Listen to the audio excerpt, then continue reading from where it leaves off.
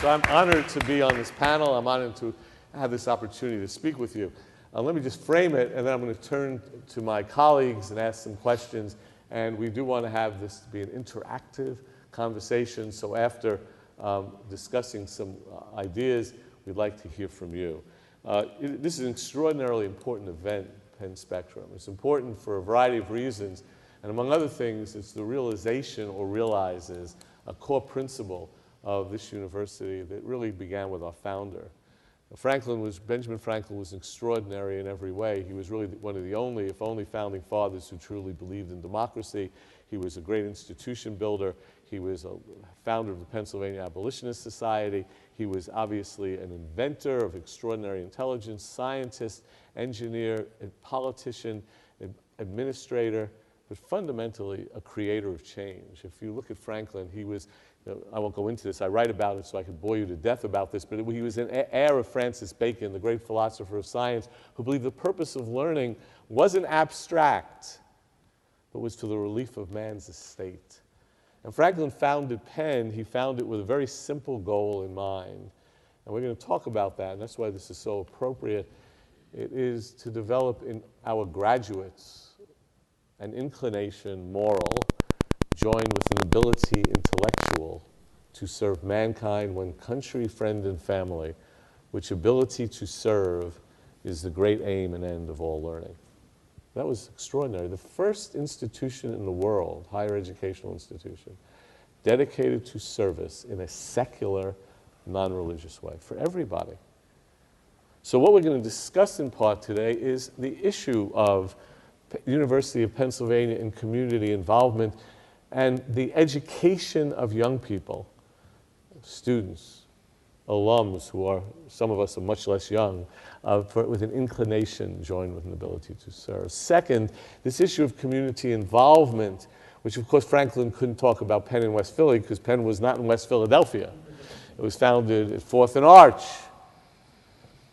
But he did understand in an acute and powerful way when he wrote his proposals for educating the youth of Pennsylvania, the idea that people learn from engagement, and the test of learning was the actual improvement of the environment. And this becomes terribly significant now because there has been a Penn and evolution, which I will describe later, in this direction that has reached a point now of, I think, extraordinarily institutional and societal significance. That is, that what has developed now at Penn is an intellectual framework, starting with Amy Gutman's inauguration of the Penn Compact, in which she said Penn was going to rise from excellence, which is pretty high, to eminence, rise to the challenge of a great democracy on 3 planks. Access to everybody. Everyone who is able to come to Penn intellectually should be able to come to Penn. Just leave it at that. Finances, other things, background, nothing should come in the way. Second, the integration of learning. That Penn provides a unique environment for the integration of disciplines and fields. And certainly the action component was the third component of the compact, which relates so deeply to Franklin. The idea of engagement, local and global. That's how we learn. Engagement, involvement with the world. One quote that either Confucius or Franklin said, and I promise to turn to my colleagues in a moment, was that tell me and I forget. No one's sure if Franklin said this or Confucius, but since we're at Penn, let's say Franklin. Tell me and I forget, teach me and I remember, involve me and I learn. Engagement, local and global, with the idea that Penn, she says, is not an ivory tower.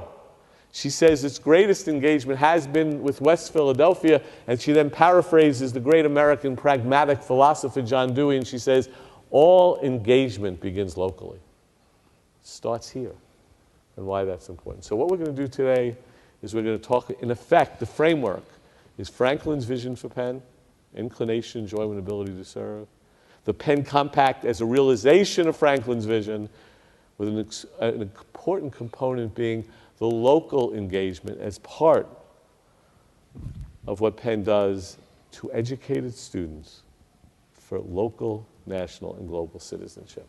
So again, welcome, and let me turn to my colleagues, and I will have them now discuss with us together certain ideas.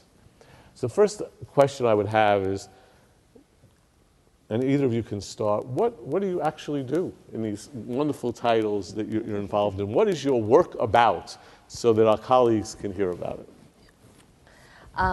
Hi, good morning, everybody. Thanks so much for coming. This is very exciting.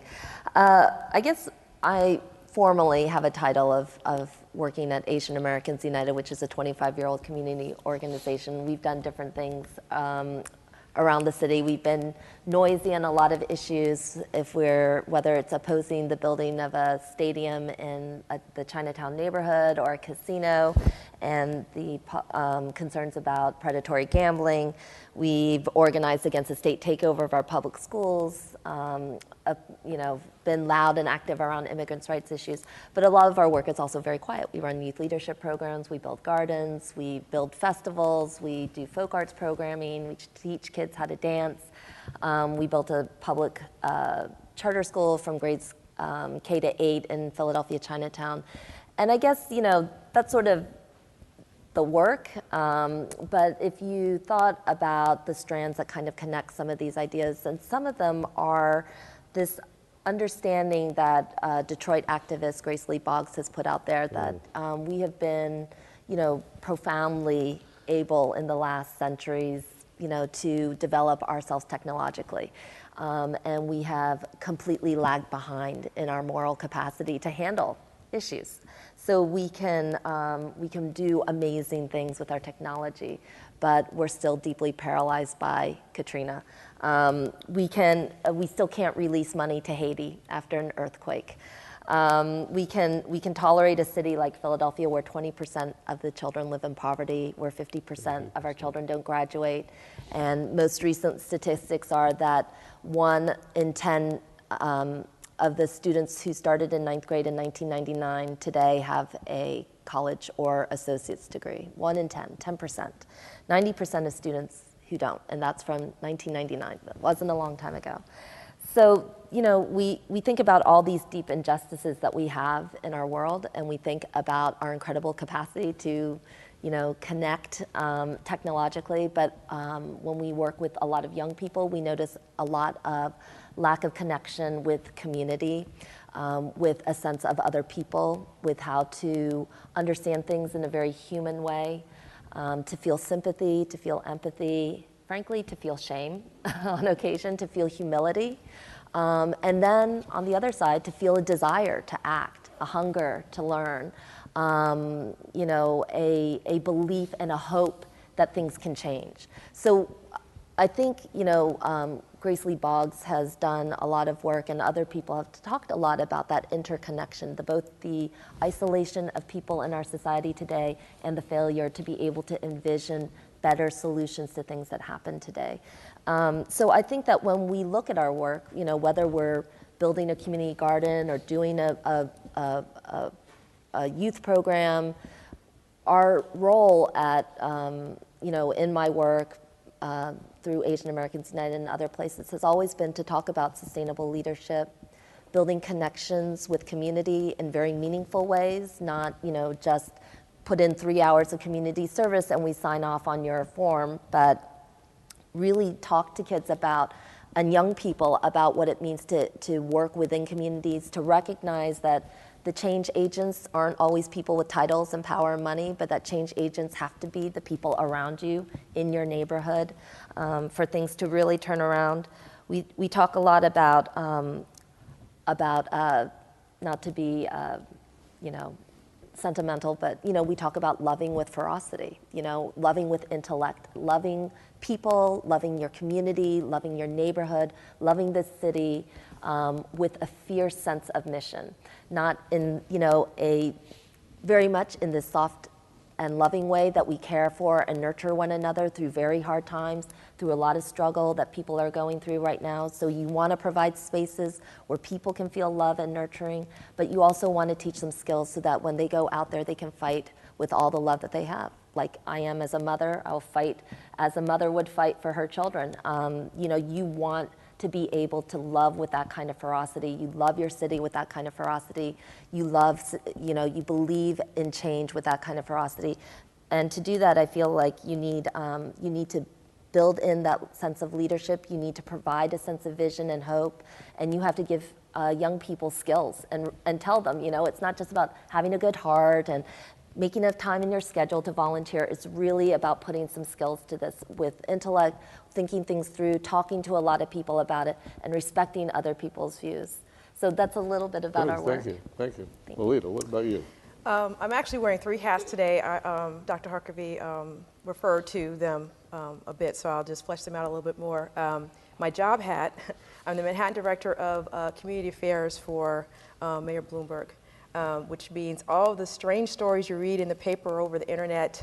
A crane fell, 2 planes crashed into each other. People are angry about noisy bars.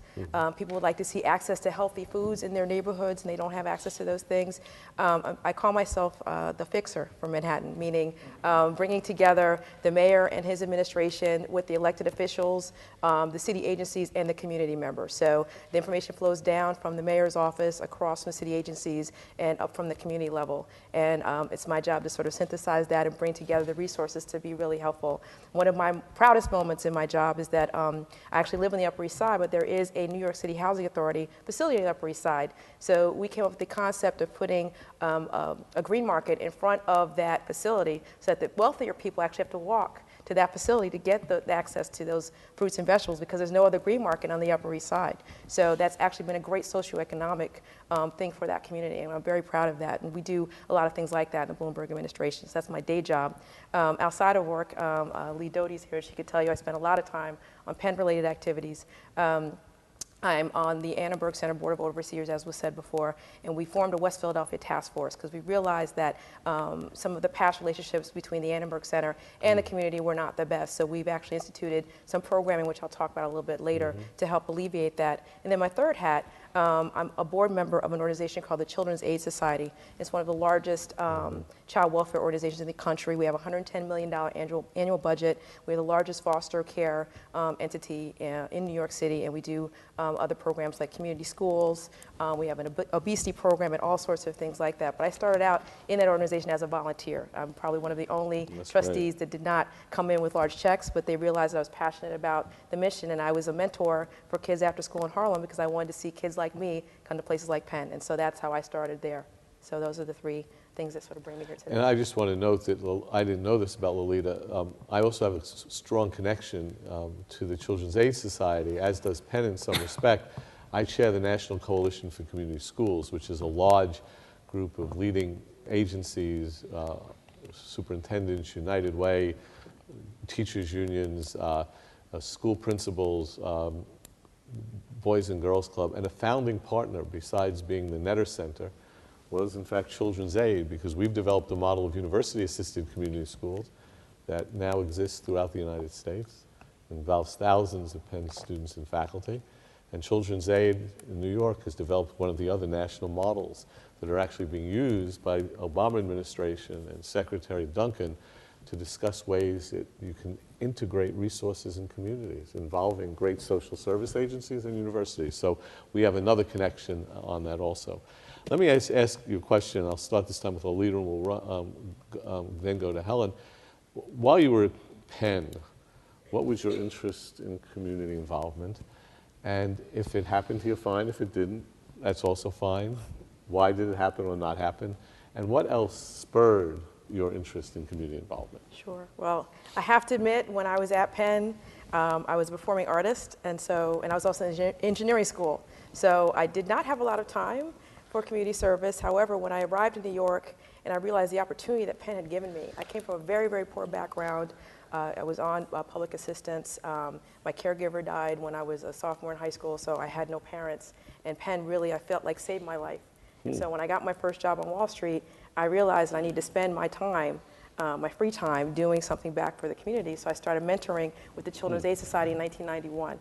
And I would go every Thursday, and you had the same child every week for 3 years. And that really changed me because I realized that I didn't have a lot of money, but I had time. And a lot of those kids had never seen someone in a suit come and spend all that time with them for 3 years, and I think it changed a lot of the kids and changed me. So it gave me a heart for service, and I realized that I had a lot to offer, even if I didn't think that I did. So that started the culture of service for me. And for me, the issue, my defining issue is access and equalization. Give a child at the age of 5 or 6 the same resources as that suburban kid who has all the things in the world, and they're going to be able to go to Penn, they're going to be able to be the mayor of Philadelphia or the president of the United States. So for me, if I can have a part of that, a part in that, that was what was important to me. So that service mind sort of came to me after that. And another thing that I was involved with Penn is because I came here on full financial aid, a group of us decided in 1999 to start a scholarship program called 250 and 5. And it was literally grassroots. In fact, Penn turned us down twice when we came up with the idea. I don't know if you know this. And I'm tenacious though, and I said, we're going to do this anyway. So the third time Penn said yes. And our goal was to raise $250,000 in 5 years. We raised $1 million in 4 years. We were able to retire the endeavor in 2004, and we're very proud of that because it's mostly African-American alumni under the age of 45 who funded that. So that's just Penn people coming together saying, we want to make sure other people like us can go to Penn and can afford to do so. That was before Penn had the concept of no loan financial aid, so we wanted to provide that access. Wonderful, terrific. Helen? Well, I don't know that I had the most dignified public service record here at Penn. I would like to say that I did. I certainly took your class, but my I can say that. But I think my life was at the Daily Pennsylvanian, which was the school newspaper, which really kind of got me out and seeing a lot of West Philadelphia, the West Philadelphia that we didn't see. Right. And of course, you know, in the early 90s and late 80s, that was certainly, you know, a time to really see the you know, a stark differential in worlds between West Philly and Penn, and I think it was very confusing to me. I hadn't resolved it. I ended up going into pursuing a career in journalism and ended up in a small county in Ohio where I grew up in Ohio, but ended up covering one-room schoolhouses, and again, just had this totally different misunderstanding of my world and what I thought the world was supposed to be like, because, you know, I thought one-room schoolhouses in 1990s were pretty much over, but not for this very rural, poor community in Morrow County. And then came back to Philadelphia and ended up teaching. And I think that's when things really just started to gel for me, that I realized that there were anchors that you could look for, you know, rather than a lot of confusion about what was wrong with the world. You know, a school was an anchor to me, a place where young people, where families and communities could find a safe space to work out some of the issues and focus in on the most important thing, which is how does a child learn, and how do we make sure that that school is an anchor for a community and gives back to that community in the best ways possible. Terrific. You know, the two things come across when we hear from Lolita and Helen, and I'm going to ask them a question about Penn, but you know, the idea that the experience of being here opens new doors. So Helen saw worlds by being in West Philadelphia she had not seen. And why is that important for students? Why is that crucial for their development? And Lolita emphasizing that when she came to Penn, given the background that she came from, the idea and feeling that if access was provided for her, look what happened to you, and that should happen to others. So the idea of what transference of opportunity, transferring what you've experienced to other human beings, and why that's something Penn can do. But I want to broaden that a bit and ask you both, why does it matter? Why is it important for Penn to be engaged? Why does it matter? Why is it important for Penn to do, to be involved with West Philadelphia and in the wider community? Why is it significant for Penn to even do some things it didn't do for you? For neither of you really, you had an experience here which clearly were formative and crucial, but certainly didn't perhaps go as far. Why would it be important for Penn to do this? Why should this be part of Penn, and to what extent? And I'll start now with Helen, and we'll come back the other way. Okay? Well, I'm actually going to call a phrase that Dr. Harkavy put out when we were talking, which is that, again, going back to this idea of, what's prestigious in these days? What is prestigious? What is elite? And Dr. Harkavy did talk a lot about how, Penn could be recognized, not just for its amazing hospitals and research institutions, but also as being a civic ivy, helping people understand what the nature of civic responsibility is, social responsibility is today. And we're lacking with that tremendously. If I could say that a common thread maybe between some of our experiences has been something that I think is very responsible and common with Penn, which is some kind of resolution of inequity. There's dramatic inequity. Lolita grew up with it. I certainly saw it. And somehow how people can look at things in an inequitable and drastically unfair world and resolve it. There are a lot of people who profit off of it, frankly, who exploit it, profit off of it. It's not to say that they're bad people or anything, but frankly, that's the way things are right now. And how do we resolve inequity? How do we resolve injustice? Are we going to? Is this an Ivy that is committed to that sort of mission, especially when you look at where we are? We are in a dramatically poor city. We are in a city where children are hungry. The census tract with the second highest reports of hunger is in Philadelphia, in the nation, where young children report and our neighbors report that they are hungry in this world. Again, where our public schools are dire places, whether they're going to be places which transform, which could have been, what Penn was for so many people. I assume a lot of people are here because they had transformative experiences. But in so many of our public schools, they reinforce all the inequity and injustice of life. And what I find most when I do community-based work are two things. One is that there's not a sense of kind of intellectual rigor about community work. It's sort of like, if I have the time, if I have the money, if I have the heart and all this stuff, then I will do. And there's fewer and fewer people who connect it with, isn't this how change happens? We sort of grasped onto that in the last election, but this is how change happens. It's not just, let me just give some time. It's really like enough people do something and a whole groundswell starts to build. That's really beyond what you thought was possible. So that's one thing. The second thing is that I remember when we were at a meeting at a casino and a student asked me, we were actually opposing a casino built next to Philadelphia Chinatown and talking a lot about predatory gambling issues, economic sustainability for a city. And a student asked me, aren't you doing the wrong thing? Because you're out there telling people they should organize and giving them hope on something that you have to know has to be hopeless. He was a very young student. He was actually a resident of Chinatown. He was a student at Penn as well. But it was a very earnest question. He's like, I feel like you're hurting us by telling us we can do something about a hopeless situation.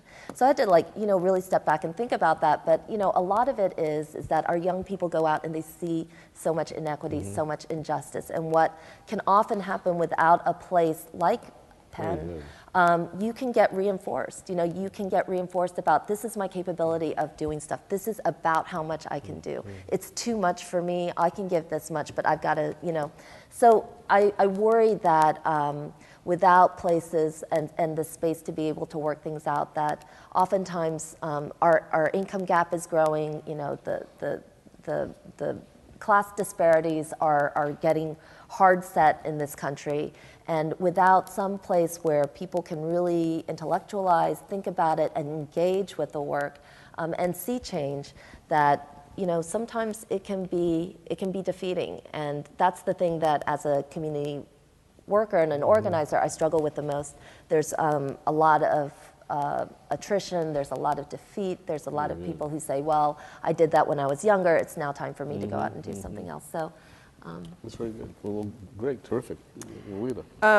When I was at Penn, the relationship between the community, the larger West Philadelphia community in the late 80s and Penn was pretty fraught with negative feelings. A lot of our buildings were inward-facing. People didn't feel they had access to Penn's institutions in particular. So when I joined the board of the Annenberg Center, one of the things that we took upon ourselves is to provide more access and have people understand that they're welcome in the Annenberg Center. So there's a number of things that we're doing and have done in the last few years. Our programming has gotten very diverse. We're having Terrence Blanchard, for example, on Sunday. We're having Ladysmith Black Mambazo, Hugh Masekela. We were the first to present Esperanza Spalding. We're having the Laramie Project, and they're working with the LGBT Center here at Penn. So we're really proud of that. But in addition, things specifically for the West Philadelphia community that we're doing, PNC Bank is funding us to have what we're calling the West Philly Rush. So if you live in certain zip codes within West Philadelphia, you're able to get hugely discounted tickets.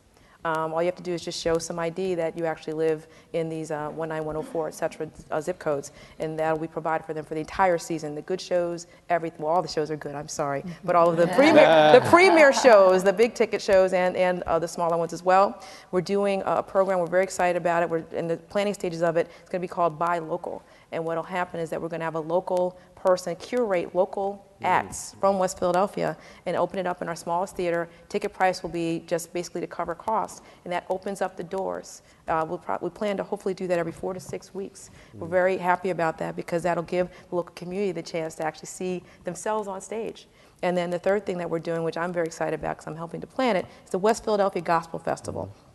On April 30th, 2011, which is the last day of Penn Relays, we're going to have a gospel festival. We're having 3 local choirs from West Philadelphia, and we're actually going to have an American Idol style tryout on April 2nd.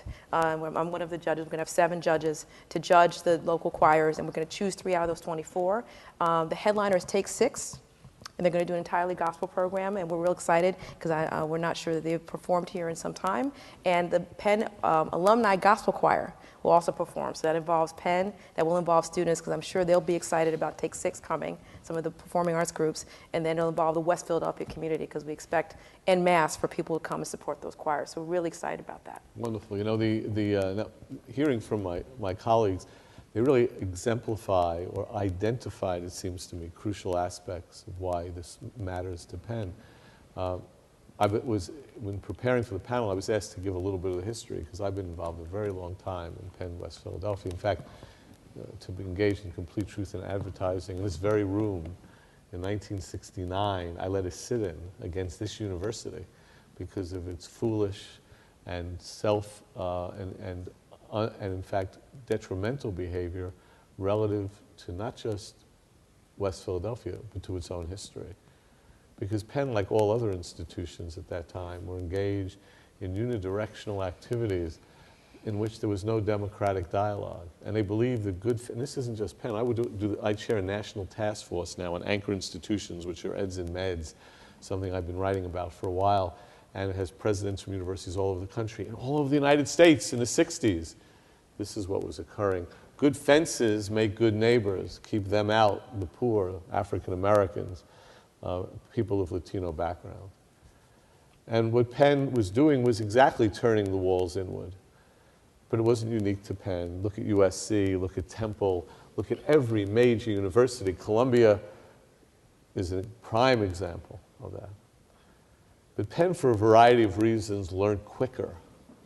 And there was an evolution that really began, and I'm going to do this relatively quickly, in the 1980s that really began with the President Hackney's period in which courses such as the one I started teaching with him engaged students with the opportunity, and I want to emphasize that, to learn with West Philadelphia. Not that West Philadelphia just is a problem, but to learn, to have the experience that Helen had in seeing the community and learning from and with it. The opportunity, as both my colleagues talked about, and I'll get to this, to make a difference in the world, that began in the 1980s. And then I'll never forget the Penn Annual Report of 1987-88, with Sheldon Hackney on the front cover with George Brown, an African-American community leader, saying Penn and Philadelphia our futures are intertwined.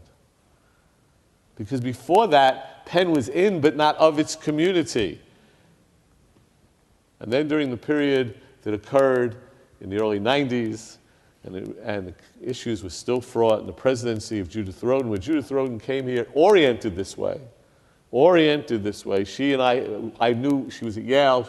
Yale was one of the institutions involved in this work. Yale is also a prime example of good fences make good neighbors. Terrible history as Penn's had been. And she came here oriented this way, but a series of major crimes and problems and killing in 1996 moved her rapidly to galvanize the institutional aspects of Penn. And the Netter Center that I directed the planning for that activity, but then it acted. It acted by creating administrative work and, in fact, the continuation of what President Hackney had begun in a more robust institution-wide fashion. But still, and I'll get to this, the current situation, which Helen framed and Lolita brilliantly, actually, but still there was a recognition, certainly there was a lot to do. And in fact, the Center for Community Partnerships, which was formed out of a group, out of the Penn Program for Public Service, was formed by the trustees, actually, and President Hackney in 1992, suddenly took up a larger role where what we began to have to develop at Penn wasn't just the economic community development and a few courses, but now from 3 to 13 to 30, now about 160 courses, 62 given every year, in which students learn by helping to improve the quality of life in the community. They learn by being engaged and making a difference. And I'm going to get to that and conclude with that in a minute on this West Philadelphia history. But to make it clear, what Helen said was true then, is true now, that those problems continue in many ways. When Amy Gutman became president, something that I already referred to happened, which took it to a level way beyond any previous period, because it evolved. Each of the presidents moved this forward, but the idea was this would be part, that's not even right, this would be central to Penn as an academic institution. That we would in fact make greater contributions to human knowledge by engagement with the community. When the Netter Center was founded, it was 3 propositions. Penn and Philadelphia and West Philadelphia, our futures are intertwined. How Penn goes, so goes West Philadelphia. Second proposition, Penn could make an enormous difference in West Philadelphia, because it was the largest employer. It has incredible economic wealth, but mostly it has very bright students, faculty, and staff. But the third proposition, which we were working toward as part of Penn, now becomes a core component, and that is Penn would be a greater institution if it was involved in the community, that it would be mutually beneficial and help us better advance student learning, faculty research, and better educate our students to be democratic, creative, caring citizens of a democracy. And in this period, this is not a component, but the evolution that this is what Penn is about. And why should Penn be involved? I'll give a summary. And one reason it should be involved is our environment makes a huge difference.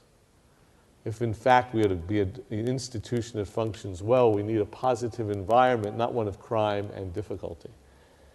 Second reason it's important is it's important because, in fact, it serves as a way of building campus community. If you have a safe area and people working together, it has not only direct self-interest, but indirect.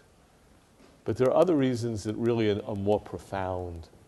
One reason is by engagement with the community, we help our students learn, and I said I would describe that in a minute. And I'll give an example, and I'm giving it because I was just speaking to an alum in your name, Dirisha, who was talking to me about the work that Penn does at the Sayre School.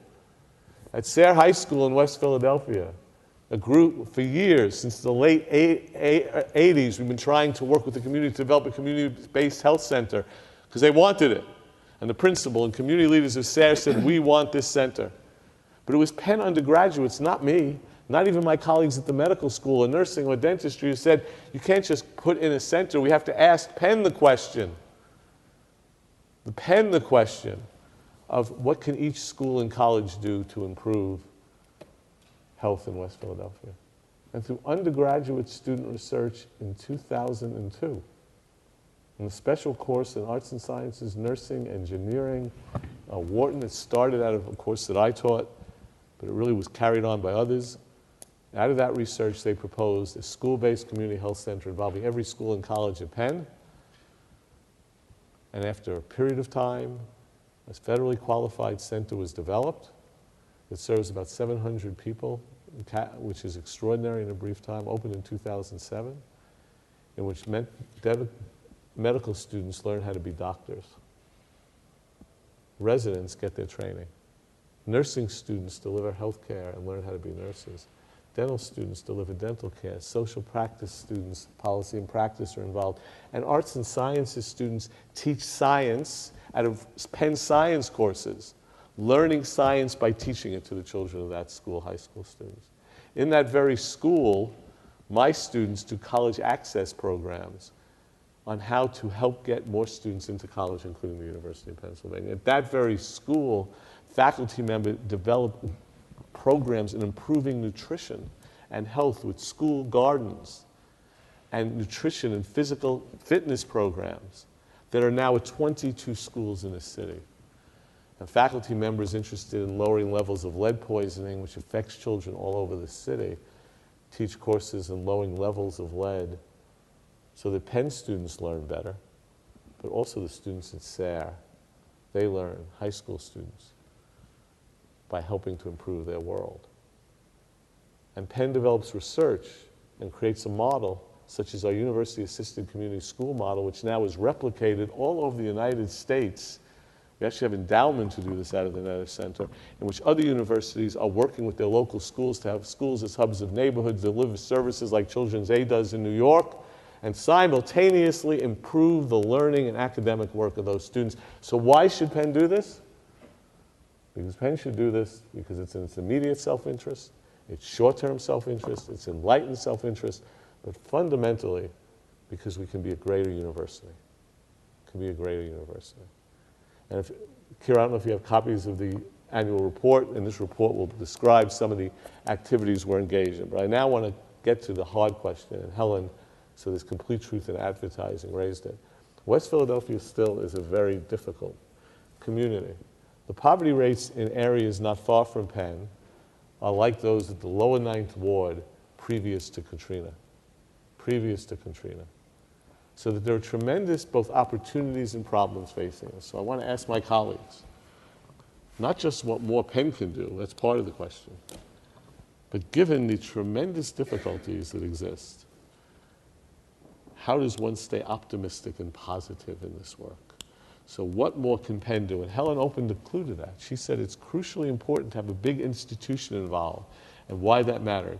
But what keeps you both engaged, active, given the problems in Bedford-Stuyvesant, which of course is improving, given the problems where I was from in the Bronx, New York, still as severe, given West Philadelphia, North Philadelphia, what keeps one positive and what is a special role of Penn and other institutions to see that real difference can occur?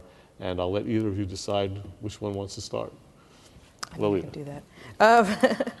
Well, what keeps me engaged and involved, and now I'm going to put my day job hat back on because there are many communities in New York City, as all of you know, they're very similar to West Philadelphia. Helping empower people to get engaged in their own community and being a facilitator for that. We actually, as the city, actually helps convene people and has listening sessions and really listens to what the community's concerns are versus us saying, well, this is what we think you want. We need to find out from people what they would like to see from the city, from Penn. And I know that Penn has a monthly meeting. The first Thursday of every month is a community meeting, and maybe many alumni don't know that, so that's why I wanted to bring that up. But brings together community leaders from across the area to talk about the issues they may have with Penn. And that's very important in any of this work, is to find out what the communities want. And often, sometimes I've found in my day job, those things don't match, and you really learn a lot, and you can adjust what you would like to do. But for me, I see a sense of hope, at least in New York City. I don't work in Philadelphia, but I can see in New New York, there's a sense of hope that we are honest brokers and honest partners. So coming to the table and not just yesing the community, but actually really listening and implementing and having them be full partners in whatever is going forward. And not just implementing a school or implementing a program, but making sure that it's a collaborative process when you decide to do things. And I think that Penn would be well served. I know that Penn is doing that in having a collaborative process in everything that we're doing, whether it's a new school or a new program or expanding our footprint, making sure that we hear from people who this will impact greatly. I think that would be mine. I want to just compliment Lolita. There is this, Langston Hughes has a brilliant phrase in one of his poems about the key to this kind of work. He wasn't referring to it. And listening was the key. And you described what he wrote about. He said, in fact, one has to listen eloquently. You have to listen eloquently. You have to be willing to hear and learn. And the way you described the necessity of the conversation is, I think, probably without that, to be very direct, the work that we do that's positive could never happen unless that happens. Thank you. Helen. Well, I'll start by saying what I'd like to see Penn do, which I think is its biggest challenge around becoming, the civic ivy, and especially in its work with West Philadelphia, which is that I think, once you step outside these walls of Penn, it's a pretty rough and tumble world out there. Inequity, poverty, violence, broken homes, all these things, that's rough and tumble. Anger, frustration, stereotyping, prejudice, racism, that's all very real out there. And there are, and I'm not just saying that this comes from people, I'm saying that this comes from the institutions of power that reinforce a lot of this. Government, council people, it can be all over. And I think that people who step outside these walls have to recognize that you have to take a risk in stepping outside and challenging inequity. It's not like we get to challenge inequity and isn't that great and let's get accolades for it. It means, you step down a notch, right? Like you're not the most, suddenly people in power may be like, well, wait just a second, I don't know if I want to hear from you again. But it does take a little bit of that, and I do think that institutions that say they want to address inequity have to be able to be willing to step outside, take that risk, and stand with people who are trying to struggle around this issue, and that's not always the most comfortable place. The thing that gives me hope, though, we've been in some pretty, I remember that when we won the stadium, and told the city that we felt like neighborhoods were an essential thing to stand by, and that building places of entertainment for tourists and suburbanites, we respect them as well, but to take away a neighborhood at the same time was not an equal trade-off. And a colleague of mine turned to me and said, we won this one, but don't get used to it. We always lose. Just so they know, Helen led a group, was part of a group that prevented the stadium from being located in Chinatown. And it was usually a significant issue, and this was a major issue in the city. And at least that issue you won. I didn't mean to interrupt your story, but to give people who don't live in Philadelphia context about that. So, she made that real clear. We never win. But over the years, you think a lot about like winning, and when you're a community organizer, sometimes winning also can be defined in very narrow and dangerous ways, in my opinion. You talk about defeating, or that's not, to me, winning. That's not the spirit of why you do things. You're building leadership, you're building a vision, you're proffering a different alternative for development, and you're building connectedness with people. So the thing that we get a lot the most is just, it's that young boy who said, are you doing the wrong thing by giving people hope? And my answer would be no, because whether or not you win or you get the thing across, that people stood together. That people thought about what the issues of the day were and felt like this was the side that you were willing to stand on. and you're going to raise your voice to it. Recently, we worked with dozens of immigrant youth at a South Philadelphia high school who had been repeatedly beaten over the years, and we addressed this as an issue of violence with the school district of Philadelphia. And it was very profound to be able to say that a year after, you can look at students, some of them who arrived in this country 6 weeks before December 2009, when 30 kids were beaten in the school. And they went from being victims to being very powerful student advocates. They now work with a multiracial coalition of the Philadelphia Student Union, which is also very active in West Philadelphia. They were present at immigrant rights marches. And I hope that in a traumatic time and process, they felt like a community was there for them, that people stood up, that people said, you can raise your voice, that there is something unique about, in some ways, recognizing inequity and rising above it and standing up to injustice that's unique to being an American, unique to being a Philadelphian perhaps. But you know, that's I think what gives some hope in a defeating world sometimes. Right. And one theme of this also that comes across in both my colleagues' presentations, why higher education institution, and we'll return to this a bit at the end, why does that matter so particularly to give hope and change to a society? Why does it matter, even in a broader context, what Penn does? And one thing to think about the impact that Penn has on education and schooling throughout society. Think of its role as having such a major engine for this city. This city is the biggest employers are educational and medical institutions. It's not next to city government. That's cities all over the country. Think of Penn as a role model, not just in schooling, but in law and social work and engineering. Think of Penn of who it educates and what they do. And we'll return to that before we open the floor to you. But let me now turn to my colleagues and ask the question, before again we turn to our colleagues in the audience, what advice do you have? If you would have any advice or things that you would like people to think about from your experience, what would you say? And then we'll take questions from the audience and continue the conversation. Well, being trained in engineering, I'm a pretty sort of practical, pragmatic person as far as things like this. So I will give very pragmatic things I think that all of you could do. You will be the most effective advocate and volunteer for something you really care about. And as I gave the example about access to coming to Penn, just a brief story about that. I came to Penn before the antitrust settlement in 1990 or 1991. So I got into 3 Ivy League schools and I didn't have to worry about comparing aid packages.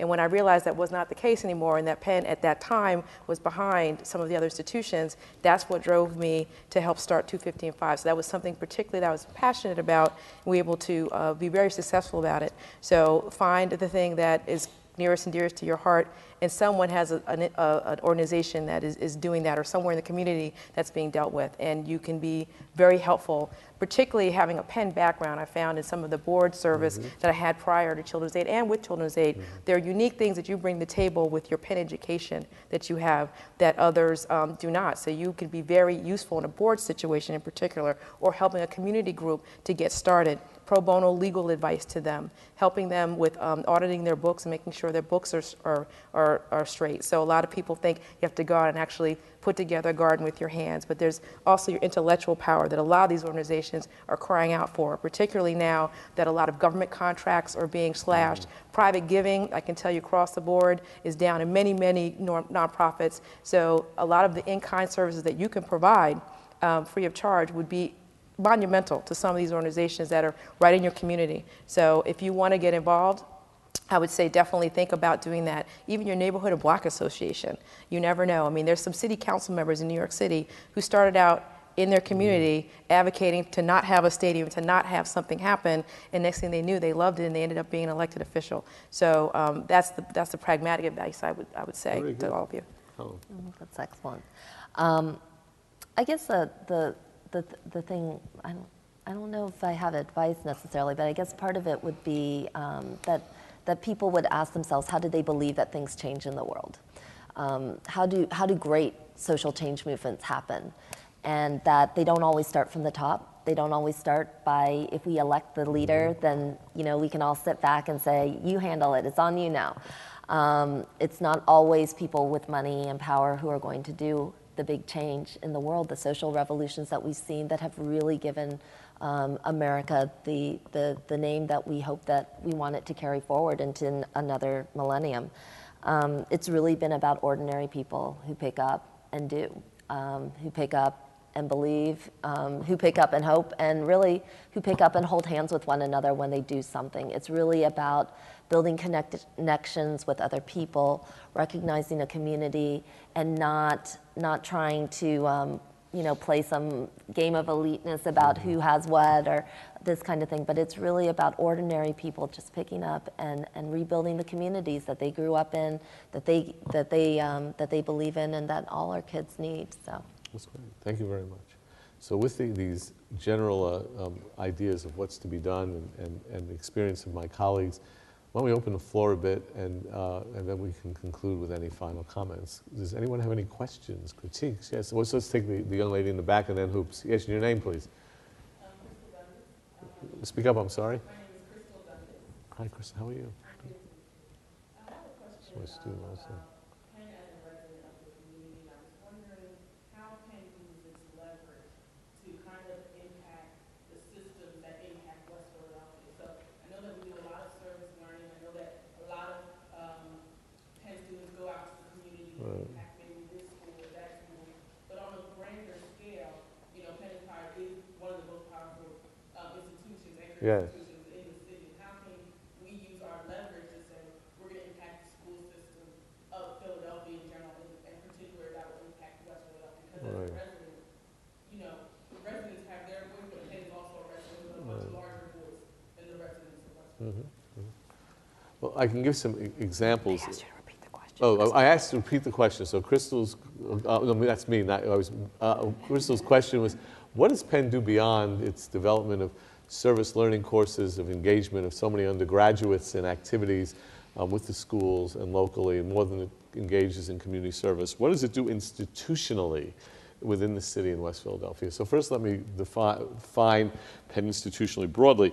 Penn is deeply engaged through the president and other leaders with leading civic organizations, including organizations that work on issues of education. So that the chamber and other organizations, Penn plays a significant role. But you asked specifically, and also in the school district, we work with the school district all the time on larger questions. We just did, unfortunately, we didn't receive the funds, a Promised Neighborhood Grant. Comes from President Obama's administration, Department of Ed, to do an integrated approach around improving the community. And in fact, focused on schools. I had to meet with the superintendent with the blessing of the president, and we worked this forward, and they signed on to our grant. We do that all the time, and in fact, there's a major partnership where the local union, the Philadelphia Federation of Teachers, was chosen one out of 6 in the country that applied for funds to do a partnership with Penn and the school district around building our university-assisted community school models, and Penn had to work with the district. The Alexander School that we have, the special school in our area for local children that Penn is so involved that issue. But Penn is also involved more broadly, so that in the work of the Netter Center, we actually have work programs, internships, and job development for young people in West Philadelphia high schools who work at the University of Pennsylvania. And it's extraordinary the extent that that is a way to have economic opportunity. But Penn now is part of a coalition under the University City District that is chaired by the Executive Vice President of Penn, Craig Carnaroli, in which the institutions are taking the Penn model and beginning to have job training for school children at the institutions, all of them.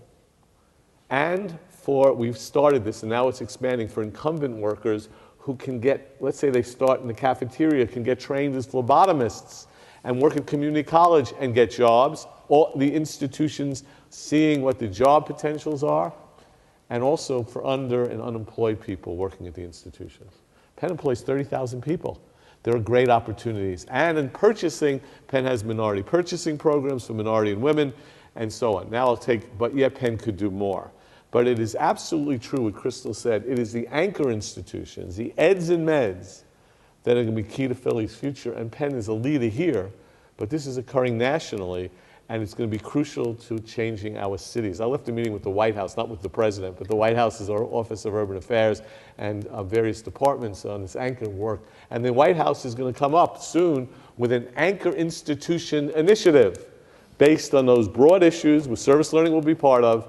It's likely to occur, and Penn, without being arrogant, is really the national model for that work. That's a great question. My colleagues have any response? Because I went on about that. No, I defer to you. Okay. I think there's some, really pressing issues about education, especially now. There's a new movie out, Waiting for Superman. The superintendent of public schools certainly has the Renaissance Initiative. Philadelphia, if you didn't know, has one of the largest charter school system in the state. Many of them community-run. I founded a community-run charter school as well. But there's lots of pressing questions these days about what is public education. That's very important. Do we have a system of public education that we believe in anymore? And if we do, what does that mean? The fact of the matter is that as much as Philadelphia has invested billions of dollars, actually, into the building of alternative models of education, including charters, EMOs, privatization. Certainly there's a renewed interest in vouchers again, that the majority of our students are still in our public schools. And there is sort of a moral imperative that sometimes doesn't get heard. And I do think that Penn could be instrumental in this time to stand up and talk about what does public education mean in this country today with so much inequity. What are we saying about our public schools? What do we believe in now? What's the investment? And what's the imperative in moving forward? I just want to touch on that. Penn, it really could do even more, but one of the great commitments at Penn is not just the Alexander School, but the fact that at the Netter Center, we work with 6 schools with about 6,000 students and parents in this community, and we're going to be expanding with public schools in the neighborhood. And the idea is that what Penn did, is that the largest form of partnership with universities are with local schools, and Penn has been a model, but I actually agree very strongly Penn could do more. And it has made great strides, but this is growing all over the United States. The locality that universities are in, think of the nature of schooling and the disparities that exist between what we learn and what very bright, wonderful children are learning every single day. And how Penn could even do more, but it really is, in that area in particular, a national leader. Hoops? I just wanted to ask the panel about what's often called the brain drain in Philadelphia. And you hear so many brilliant minds at schools like Penn and some of the other schools around the city who come here, they learn, they get involved in the community possibly, and then they leave. And they go off to other communities. Just now you're a good example of how people stay and come back. But it seems like there's so many problems that Penn people, but also well-educated Philadelphians could work on. Well-educated students from Philadelphia could work on, but they take their skills to other cities. How can we make them stay and concentrate on the local community? Well, I can't speak to that because actually, interestingly enough, there are a lot of Penn people in New York City government, including a recent deputy mayor, so I'm probably not the best person to speak on that. Sorry. That's okay. But Helen is a good example. I've been having great dialogues with Paul Levy with the Center City District, who's made a lot of progress in bringing and attracting people to Philadelphia, downtown, that kind of thing. But the thing he and I have talked about a lot is the failure to retain people. And the failure to retain is the ability to attract is, bright lights and, really sexy things and, like an entertainment center or access to this and that.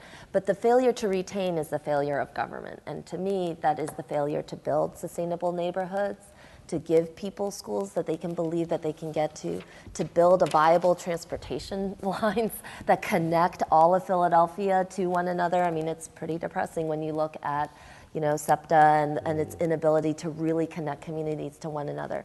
So, I think a lot of it, and here's another reason why I think Penn's made some interesting progress around West Philadelphia. that you really can't get people to stop a brain drain until you've built a city in which you want people to live in. And not just live in, but really to lay down their roots, to build a city where people say, I want my children to grow up here. I want my grandchildren to play in that park. I believe that this is a great, not where, and I think it actually even goes, you start with jobs, right? Of course you have to start with a job, and you start with a house. But beyond that, there's a sense of community that is critical in Philadelphia, and one of the things that we try to push a lot around when we talk about development and what makes sustainable neighborhoods. I will add one thing. If, in fact, this occurred in Philadelphia during the Clark and Dilworth administrations, mayors in the late 40s, early 50s, and people came from all over, and Penn was linked to that. But one of the ideas is how Philadelphia can become a center of innovation and creativity. And that involves government, certainly, but it involves increasingly for Penn and the other higher educational institutions to make Philadelphia the education city of America. And I believe that that's something that would benefit Penn enormously, benefit the city, and benefit every school in higher ed. And that's what happened on a smaller scale when Clark and Dilworth raised Philadelphia among the most corrupt cities in the country, with the most long-lived machine next to the Delaware County War Board, right near here, converted it into the center of creativity. And I think that that's a way that you make the changes that Helen talked about. Other hands, yes, and then do Dave. I was interested, similar to the question that was asked earlier, but aside from just being an institution of education, Penn as an employer, Penn as an institution in the city, I know several students who worked very hard to convince Penn to take a stand on the question of the Allied security guards as one of their biggest employers, and wanted them to improve the policies that we have for employees that were here at Penn, and then also thinking about this question of gentrification. I come from Washington, D.C., in a neighborhood which has been completely gentrified. And when I first came to Penn and talked to a housing office, they told me, 48th Street is the border. So you can pretty much go to there. Luckily, I did not take their advice. I live on 55th, and I love my West Philly neighborhood. But this question of, talking to alum who that street used to be 40th Street that you didn't go past. And then as, recently, I've been here for 5 years, and I'm seeing students start to move into the neighborhoods that I'm in. So, what stance can Penn take, both in terms of their own development, the buildings that they themselves create, and allow to happen, this whole idea of a university city that's separate from the West Philadelphia.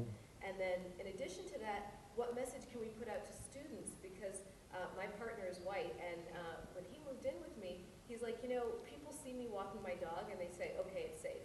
It's ready to come into. And so how do students be mindful about joining communities and being part of them, but without doing that thing where it throws up the flag and says, we can swoop in now. How does Penn take on those issues as an employer, as an institution, and what they develop, and inculcate that in their students as well? Well, one thing I can say is comparatively the experience that I see happening. I'm on a consortium that deals with NYU issues, which is obviously very similar. Teaching the students when they get to campus to be good neighbors and to respect the community that they're in. And I can remember when I came to Penn, there was no conversation like that about what West Philadelphia was like, and how to integrate. Wow, is it time for us to go? I think we got to end soon. That's right. So But just really quickly, that okay. really teaching the kids that come from all over the country, many times have never lived in an urban environment, and maybe to teach them to respect where they are, the people around them, that they're not just people to serve them in Wawa, but actually people live here. It's a long history that surrounds them, and they need to understand that history when they get here. Helen? I actually thought the lights were going to shine and you were going to sing for us. Like the cue. That would be like a spectacular ending. Actually, I thought that was very profound. And one of the things that we do with a lot of our youth groups and we did a little bit with the Allied security through Jobs with Justice and other things, but allow students to see the multifaceted aspects of Penn as both an employer, as residents, as and have them hear and understand what different struggles are. What are the different experiences? Grad students, who tried to unionize around Penn, and certainly the security officers. Hearing their stories was a very important thing, and I think it was valuable to have, a space for that. But it's controversial, obviously, because it's a different thing. It's like the institution can't just look outward and say, here's our magnanimous approach there. It also then has to turn inward and say, how do we then build the community? Because not everybody goes out. This is for the 4 years that you're here, or 6 years for some people, or more. This is your world, and this world is as complex and as diverse and as has as many different experiences of different people from all across. So you do want to see the world, to have Penn look inward and be magnanimous about it. The gentrification question is profound. I don't think there's any question. Before, when I went to Penn, there were no doubt borders, stop. We remember those days, the patrols and everything.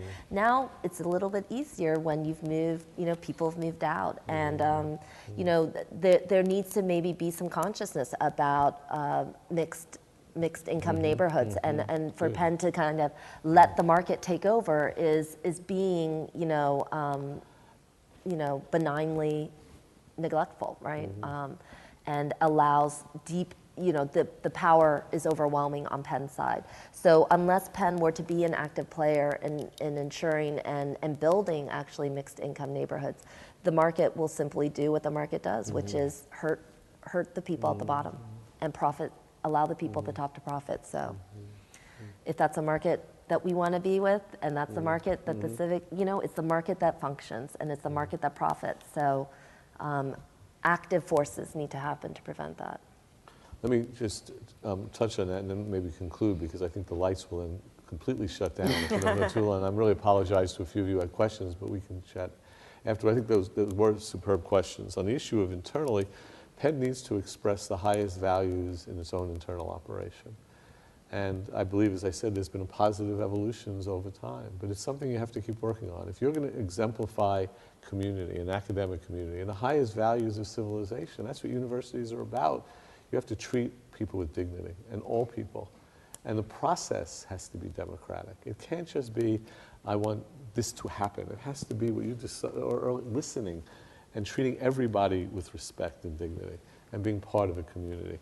The issue of gentrification is very difficult and important, and it really is the idea that Penn has done a great deal, but Penn, working with other higher eds and meds, should assure decent quality of life for all citizens.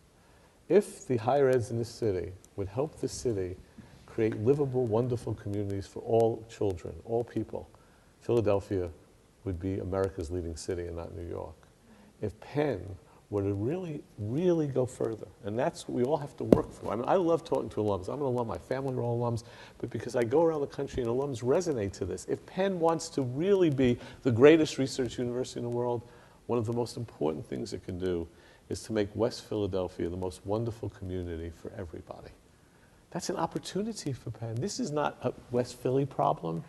This is a universal problem manifested locally. Detroit, Cleveland, New York, Istanbul, Johannesburg, South Africa, Paris, France, everywhere around the world, creating democratic community that are just and equal for everybody.